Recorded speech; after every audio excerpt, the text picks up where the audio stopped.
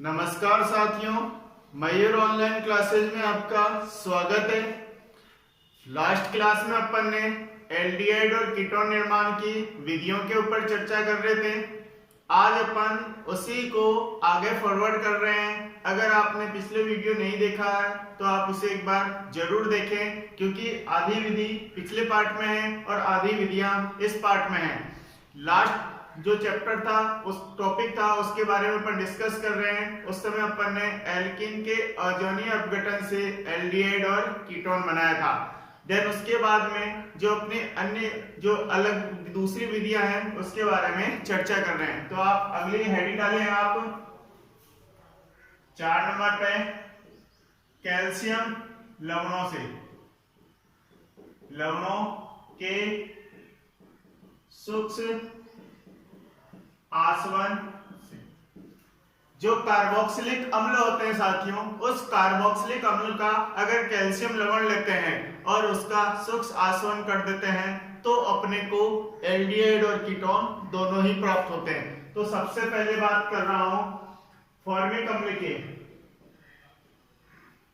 Formic अम्ल के calcium लवण से। एक नंबर पे है फॉर्मिक अम्ल के कैल्शियम लवण से। अगर फॉर्मिक अम्ल का कैल्शियम लवण लें और उससे अगर यदि अपन यह एल्डिहाइड और कीटोन बनाना चाहें तो केवल और केवल फॉर्मेल्डिहाइड बनता है, केवल फॉर्मेल्डिहाइड का निर्माण होता है। चलो देखते हैं किस तरह से बनाते हैं। मैं आपको एक ट्रिक के माध्यम से बताने जा रहा हूं। देखिए किस तरह से लेते हैं। ये H C double bond O O H, ये है आपका फॉर्मिक अम्ल। अब इसके H को हटा दीजिए और कैल्शियम की संयोजकता कितनी होती है साथियों? 2 होती है। तो बस 2 चीज लिख दीजिए, 2 ऐसे के ऐसे। ये कैल्शियम अम्ल का फॉर्मिक अम्ल का कैल्शियम लवण है। आपको इसके 2 अणु लेने हैं। वैसे तो किताब में 1 अणु दे रखा है, 1 से काम चल जाएगा, लेकिन जैसा कि मैंने अभी बताया था ट्रिक से याद करवा रहा हूं। तो आपको इसके कितने अणु लेने हैं? 2 अणु लेने हैं। तो देखिए ऐसे कैसे लिख देते हैं एक बार और।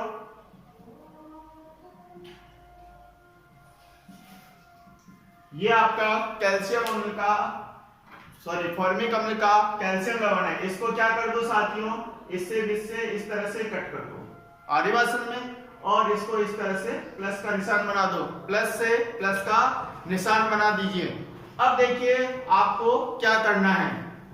यहां से एक इसको बाहर कर दीजिए और एक इसको बाहर कर दीजिए। जो ये वाला बचा है उसको अलग लिख दीजिए, ये वाला बचा है उसको अलग लिख दीजिए और दोनों को मिला दीजिए। देखो क्या बना, ये HCO क्या बनेगा?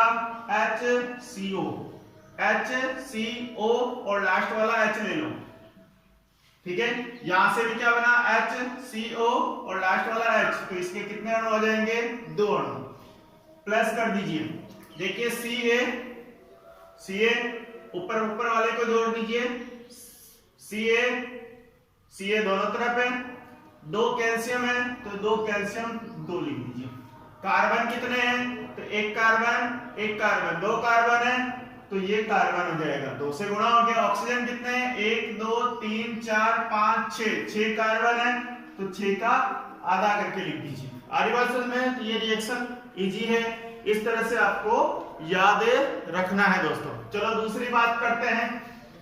फॉर्मिक अम्ल का कैल्शियम लवण से क्या बनता है? केवल और केवल फॉर्मेल्डिहाइड बनता है। दूसरी रिएक्शन की ओर बात करते हैं। फॉर्मिक अम्ल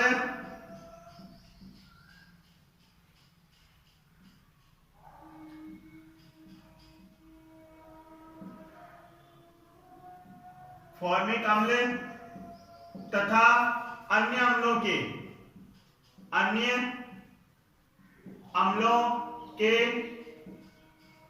कैल्शियम लवण के मिश्रण का सूक्ष्म आसवन से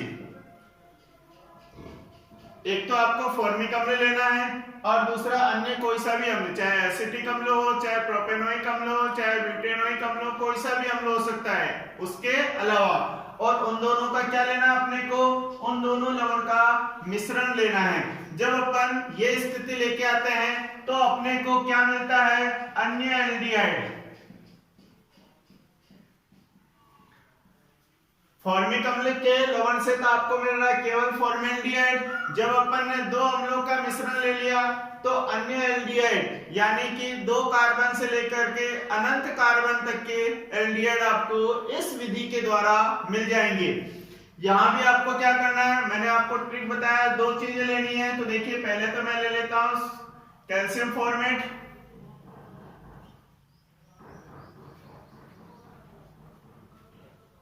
ये तो है आपका कैल्शियम फॉर्मेट। अब अन्य अम्लों का लेना है तो यहां लिख देता हूं Ca। यहां अन्य अम्लों के लिए R का मान क्या हो सकता है, CH3 हो सकता है, C2H5 हो सकता है, C3H7 हो सकता है, कुछ भी आगे से आगे दोस्तों चलता रहेगा। अब देखिए वापस से इसकी ट्रिक क्या हो जाएगी, यहां से अलग, यहां से अलग, आदिवासी में तो क्या बना यहां से HCHO और यहां लग जाएगा R। तो अपने को पहले ऊपर से प्रोडक्ट मिलेगा RCHO, RCHO, इधर से भी मिलेगा RCHO। इसके कितने अणु हो गए, 2 अणु। हर बार 2 ही अणु मिलेंगे। अगर यदि आप इनकी मात्रा 1 लेते हैं तो आपको एल्डिहाइड कीटोन भी 1 मिलेगा और एक ही कैल्शियम कार्बोनेट मिलेगा। अगर आप इनकी मात्रा 2 लेते हैं तो दोनों चीजें 2-2 मिलेगी। 2-2 चीजें इसलिए क्योंकि ये ट्रिक है, ठीक है ना। इसके साथ क्या मिल जाएगा, CaCO3, क्योंकि अंदर वाला वो वही रहेगा। चलो इसके सी पार्ट की ओर चलते हैं। अब देखो दोनों अम्लों का मिश्रण ले लिया, तो देखिए अब तीसरी बात कर रहे हैं, केवल और केवल अन्य अम्लों का मिश्रण ले लें। तो देखिए क्या बनता है, फॉर्मिक अम्ल के अतिरिक्त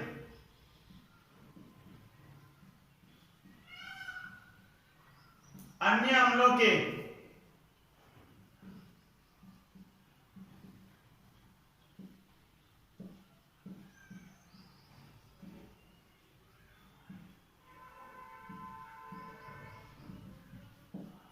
फॉर्मिक अम्ल के अतिरिक्त अन्य अम्लों के कोई सा भी कैल्शियम लवण लें और उसका अगर सुखास्वन करें तो अपने को मिलेगा एसीटोन, या यूं कहें कीटोन, कीटोन प्राप्त होता है।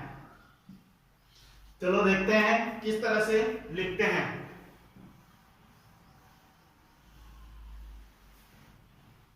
यहां पर लिख रहे हैं इसमें, ये अपन ने ले लिया RC≡O, O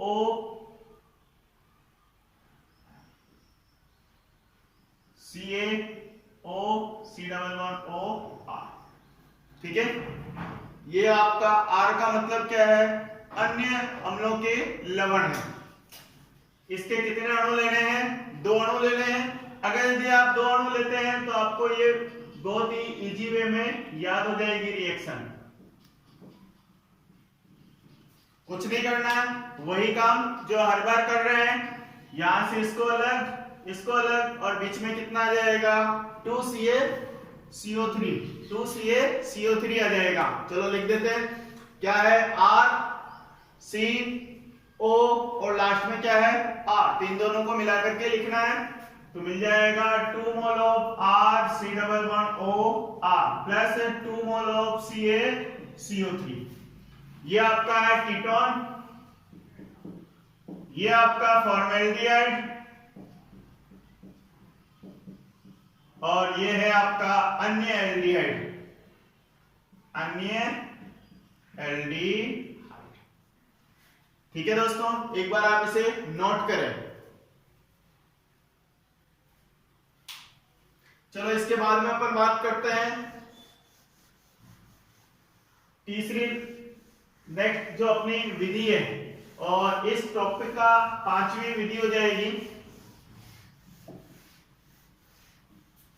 वो है गिन्यार अभिकर्मक से।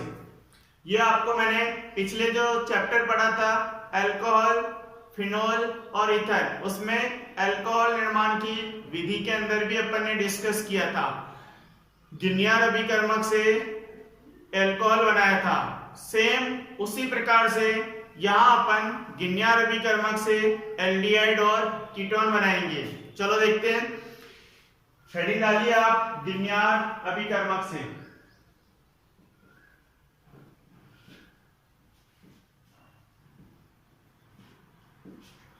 गिनियार अभिकर्मक अपने लिए दोस्तों बहुत ही इंपॉर्टेंट है और इससे अपन एल्डिहाइड कीटोन या कई सारे कार्बनिक यौगिक का संश्लेषण करते हैं। तो इसमें सबसे पहले बात करता हूं, एस्टर लेते हैं, फॉर्मिक अम्ल के एस्टर से। अगर मैं फॉर्मिक अम्ल का एस्टर लूं, जब भी मैं फॉर्मिक अम्ल का एस्टर लूंगा तो उससे अपने को केवल और केवल एल्डिहाइड की प्राप्ति होगी। देखिए किस तरह से। हाँ, एस्टर के बारे में मैंने आपको पहले भी बताया था, जो नहीं देख पाए थे वो यहाँ समझ लीजिए कि कौन से एस्टर को किस अम्ल का माना जाएगा। जैसे कि मैंने लिख दिया HC11OOCH3, ठीक है। इधर लिख दिया HC11OOCH2CH3, इस तरह से लिख दिया। तीसरी स्थिति है HC11OOC3H7 और लास्ट चौथी स्थिति है CH3CH11OOCH3। अब देखिए इसको मैंने इस तरह से लिखा, यहाँ एस्टर कौन सा किसका है, तो जिस साइड में CO समूह है उस साइड में कितने अम्ल हैं उतने ही कार्बन का वो एस्टर माना जाएगा। जैसे इधर कितने कार्बन है, तो ये 2 कार्बन है। अब ये 2 कार्बन होने के कारण से यह एसिटिक अम्ल का एस्टर होगा, एसिटिक अम्ल, या इसको ही बोलेंगे IUPAC में एथेनोइक अम्ल। अगर यदि इस साइड में एक ही कार्बन है तो ये सारे के सारे हैं आपके फॉर्मिक अम्ल का एस्टर। ये बात आपको सदैव ध्यान रखनी है कि कौन सा अम्ल का एस्टर है। तो पहचान क्या बताइए, जिस साइड में CO समूह है उसी साइड का एस्टर माना जाता है। बाकी ये समूह कितने ही कार्बन का आ जाए ये सारे के सारे प्रतिस्थापित में गिने जाते हैं। समझ में आ गया। तो देखिए सबसे पहले बात कर रहा हूं फॉर्मिक अम्ल का एस्टर ले लेते हैं। तो फॉर्मिक अम्ल का अगर यदि मैं एस्टर लेता हूं उसकी अभिक्रिया गिनियार अभिकर्मक से करवाते हैं तो ये अभिक्रिया दोस्तों, अगर यदि आप एल्डिहाइड कीटोन बना रहे हैं तब तो 2 पदों में संपन्न होगी, लेकिन अगर यदि आप एल्कोहल बना रहे हैं तो वो 4 पदों में संपन्न होती है। ठीक है, एल्कोहल बनाते हैं तो पहले 2 पद में एल्डिहाइड और कीटोन ही बनता है और अगले 2 पद में वापस से वो एल्कोहल बनता है। तो यहाँ अपन उन्हीं के बारे में डिस्कस कर रहे हैं। तो ये है आपका फॉर्मिक अम्ल का एस्टर। अब इस साइड में आप कितने ही कार्बन लगा दो उससे कोई फर्क नहीं पड़ने वाला। तो मैं इस साइड में 2 कार्बन लगा देता हूँ C2H5, तो कोई फर्क पड़ने वाला है क्या?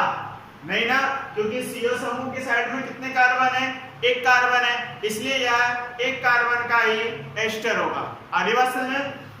अब इसका करवा देते हैं RMgX से क्रिया, गिनियार अभिकर्मक से क्रिया।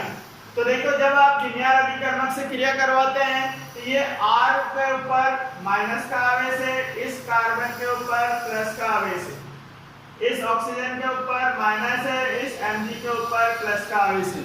विपरीत आवेश वाले को क्या करना है, आपस में जोड़ना है। तो अगले ही पद में मुझे इसका प्रोडक्ट क्या मिल जाएगा, HCOC2H5, यहां से O MgX और ऊपर क्या जुड़ जाएगा, ऊपर क्या जुड़ जाएगा दोस्तों, फिर इसका अगले स्टेप में क्या करवा दो, जल अपघटन।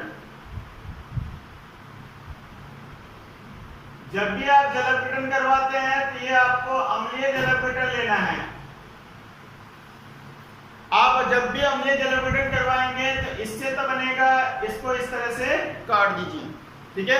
जैसे आप इसको काटते हैं तो इस साइड वाला हिस्से को आप अलग लिख दें और इस साइड वाले हिस्से को अलग लिख दें। यहां से क्या मिला, तो यहां से मिलेगा RCHO, तो एक तो प्रोडक्ट मिल जाएगा RCHO, दूसरा प्रोडक्ट क्या मिला, तो देखिए MgXOC2H5, तो दूसरा प्रोडक्ट मिलेगा MgXOC2H5। बस आपको इस तरह से लिखना है, यही आपका फाइनल प्रोडक्ट होगा।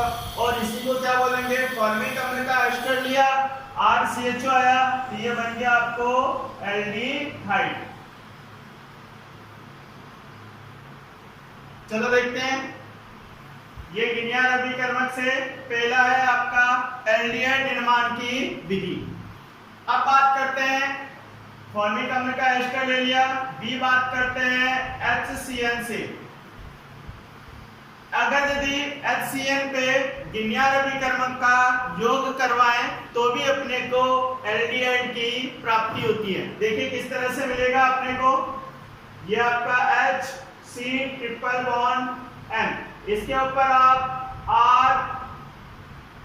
RMgX का क्या करवा दीजिए, योग करवा दीजिए। जब आप RMgX का योग करवाते हैं तो वही है, कार्बन की विद्युतीयता कम होती है, इसलिए इसके ऊपर प्लस का आवेश और नाइट्रोजन के ऊपर माइनस का आवेश आ जाएगा।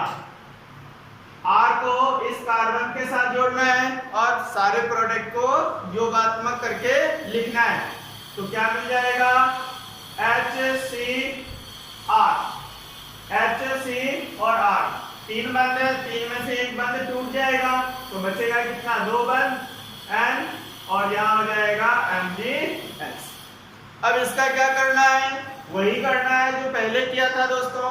पहला स्टेप योगात्मक होगा, दूसरा स्टेप जल अपघटन का होगा। मैंने अभी बताया था एल्डिहाइड या कीटोन बनाना है, 2 स्टेप में रिएक्शन कंप्लीट करवानी है। अल्कोहल बनाना है, 4 स्टेप में रिएक्शन कंप्लीट करवानी है।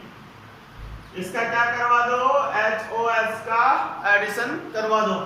तो देखिए OH H और इधर से HOH, क्या बना RCHO, तो मिल जाएगा RCHO। इधर से क्या मिला, नाइट्रोजन, एक हाइड्रोजन, दो हाइड्रोजन, तीन हाइड्रोजन, तो मिल जाएगा NH3। और क्या है MgXOH प्लस मिल जाएगा MgXOH, ठीक है। ये अपने को अगला एल्डिहाइड निर्माण की विधि आ गई, यानी दोनों ही अपने पास एल्डिहाइड निर्माण की विधि है। अब बात करते हैं गिनियार अभिकर्मक से कीटोन किस तरह से बना सकते हैं। तो अगला हेडिंग डालिए, इसी में गिनियार अभिकर्मक से कीटोन का निर्माण।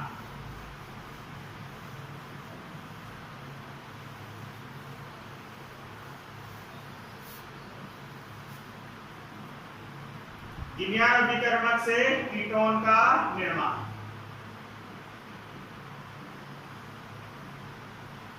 तो एक तो मैं ले लेता हूं, अभी मैंने क्या लिया था, फॉर्मिक अम्ल का एस्टर।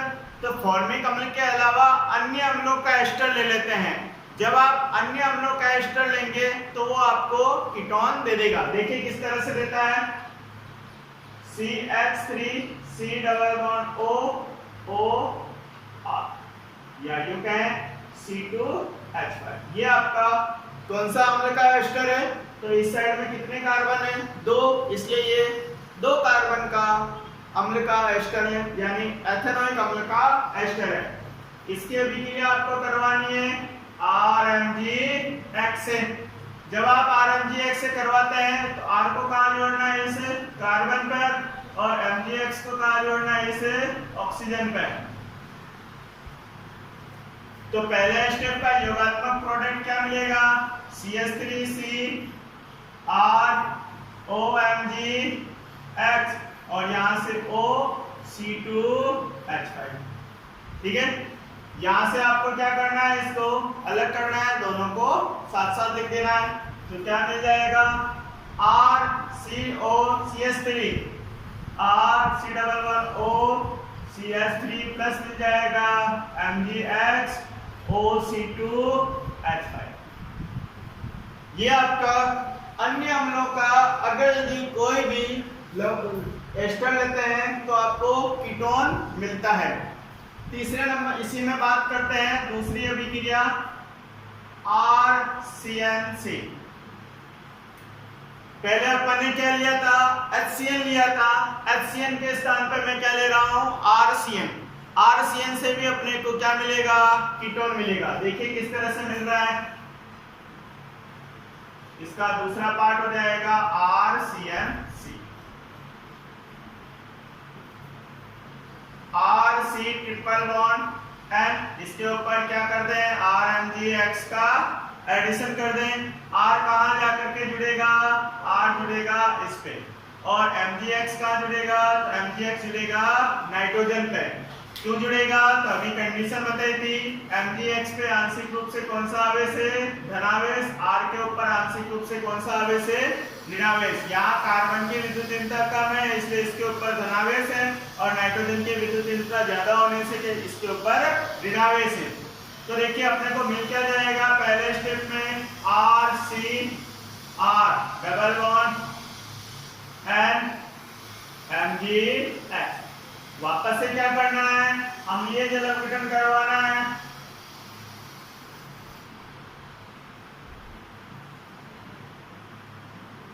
जब आप अम्लीय जल अपघटन करते हैं तो यहां तो जोड़ दीजिए OH, ये जल का फॉर्मूला हुआ। यहां पे भी जोड़ दीजिए HOH, ये अलग ये अलग, क्या मिल जाएगा RCOR। ये आपका पहला कीटोन हो जाएगा RC11OR। यहां से क्या मिल जाएगा, नाइट्रोजन और 3 हाइड्रोजन, तो मिल जाएगा NH3, और यहां मिल जाएगा MgXOH।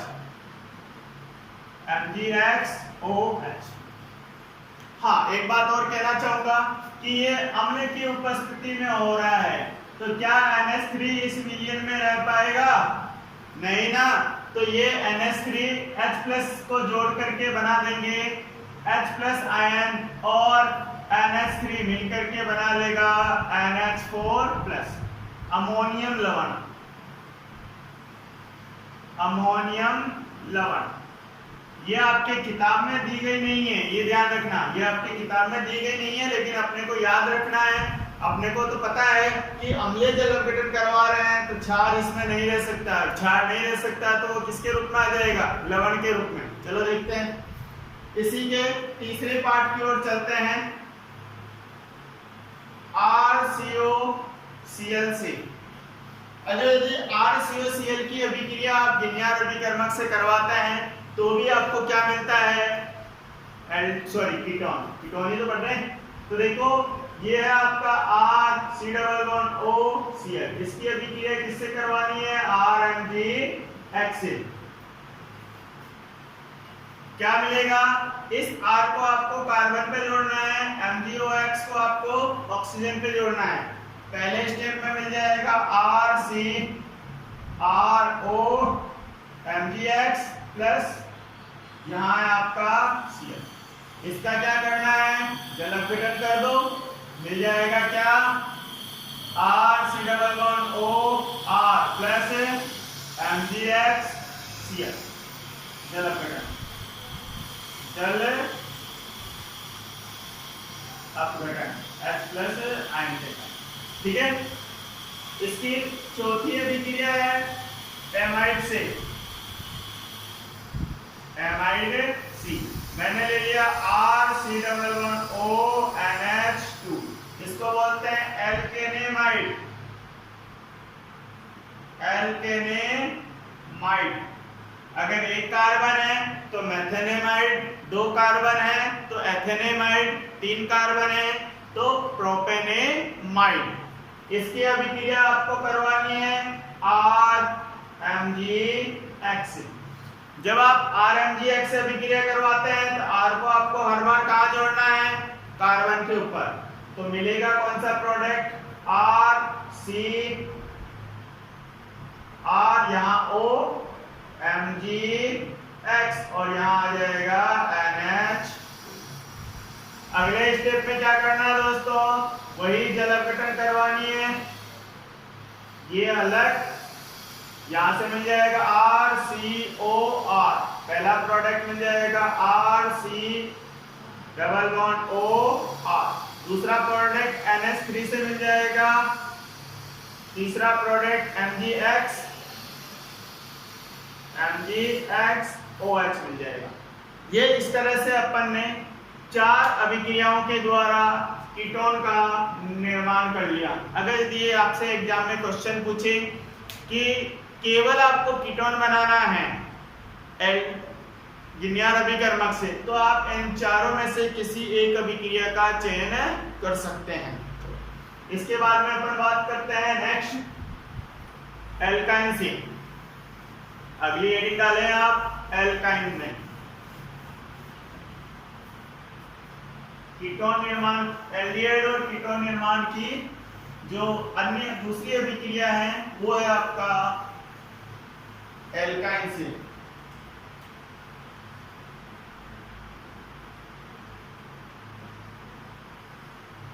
एल्काइन अपने 2 प्रकार के हैं। इन 2 प्रकार के एल्काइन, एक तो है दोस्तों एक सिंपल प्रकार का alkyne CH triple bond CH, ये सरल बोलते हैं इसे। इसे आप सबसे ज्यादा अम्लीय प्रकृति का एल्काइन में भी है। इसके आप जल योजन करवा दीजिए, अम्लीय जल योजन करवा दीजिए HOH अम्ल की उपस्थिति में और Hg+2 आयन की उपस्थिति में।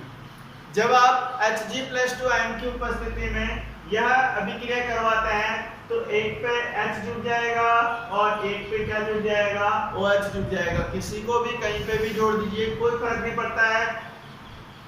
CH2 डबल बॉन्ड CHOH ये बनेगा। इसका क्या होता है दोस्तों, पुनर्विन्यास होता है। इसका होता है विन्यास। पुनर्विन्यास से बाद में आपको क्या मिल जाएगा, CH3CH। देखो किस तरह से पुनर्विन्यास होता है। तो पुनर्विन्यास के लिए अपन बात करते हैं CH2 डबल बॉन्ड CH और यहाँ है OH। आपने लिया है मरकरी लवण, ठीक है ना। यह बंध टूटता है दोस्तों, यह बंध टूटता है और इस बंध के टूटने के कारण से ये बंध के इलेक्ट्रॉन आ जाता है इसके ऊपर।